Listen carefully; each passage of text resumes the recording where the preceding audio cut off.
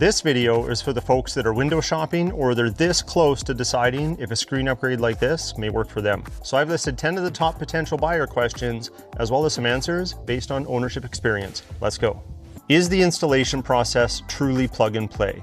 Yes, but if you've never done anything like this before, or you're not comfortable taking apart components of your dashboard, then professional installation is recommended. A successful installation also means a successful setup. It's important to know how this upgraded screen communicates with your truck. By default, it communicates through Bluetooth. That means out of all the systems in your truck that you currently play through the audio of your truck, those still work. This screen uses Bluetooth to allow the other apps to also play their sound through the Bluetooth connection in your truck.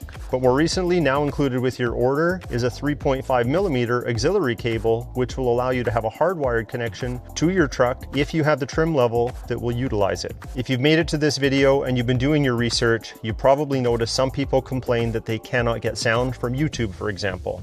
Don't worry, that's due usually to one of the two following reasons. First, their Bluetooth settings are incorrect, which is an easy mistake to make. Between the truck, the screen, and CarPlay, it's easy to connect them incorrectly. And the second, which could be related to the first, is a simpler mistake. It's more of a learning curve, but often they forget to make sure that they are connected through Bluetooth or auxiliary through the truck's factory systems. The screen's not outputting sound to your speakers. Your factory audio system is still putting out all the sound. The screen is sending a signal for whatever it may have to your truck. And number two, will factory features like my steering wheel controls and Bose audio still work? Yes, absolutely. The unit retains all factory functions. The screen is just an expansion of all your factory functions with a new user interface. The biggest change or learning curve is just getting used to the new environment. Now this one comes up a lot, but number three, does it support wireless Apple CarPlay and wireless Android Auto? Yes, it does.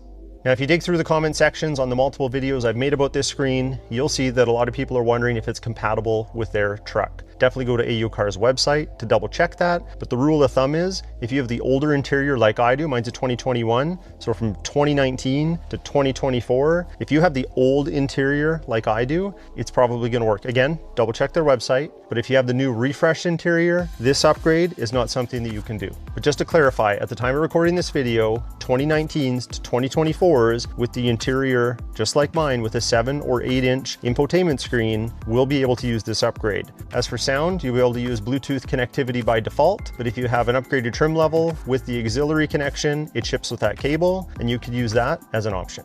This next one shows up on my comments quite a bit as well, and that's number 5. What does warranty look like, and how do I get updates and support? The AuCar 15.6-inch screen has a 1-year warranty. If you make a purchase from AuCar and you have an issue or require an update or a patch, support's pretty straightforward. Email support@aucar.com, send them a picture of your software version describing what your current issue is. Even a short little video can help. They'll email a link to download a patch to resolve your issue. And keep in mind, if your screen's running properly, there's no need to email and request a software patch. If you purchase from AuCar, you have exclusive access to a Facebook group where you can get support from not only AuCar employees, but people that have been using these screens as long as I have. Number 6 is an easy one. Can I use my existing microphone? Yes, you absolutely can. It's gonna work normally. That's how I have mine hooked up. I don't even have the second one plugged in, but if you did, you just have 2 microphones, but everything will still work properly. And if it wasn't clear already, you can connect to the internet through your phone's hotspot, through OnStar, or a dedicated 4G SIM card with a cellular data plan.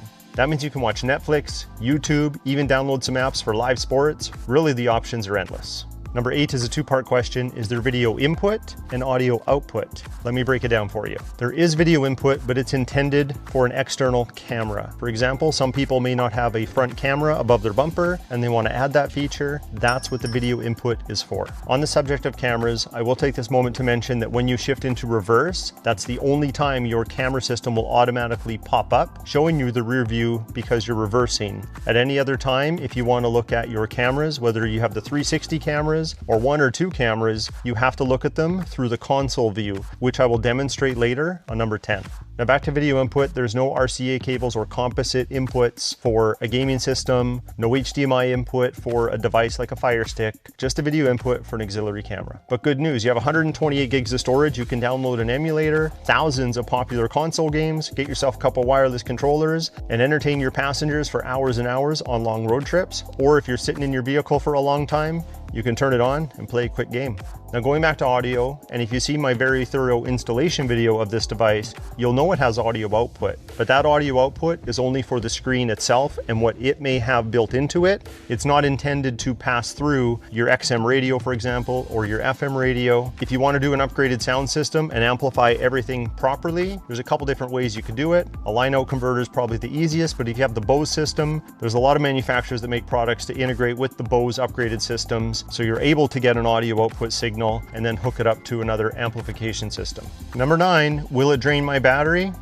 No, not if it's installed correctly. And number 10, can I customize the user interface? Yes, the Android OS allows you to customize.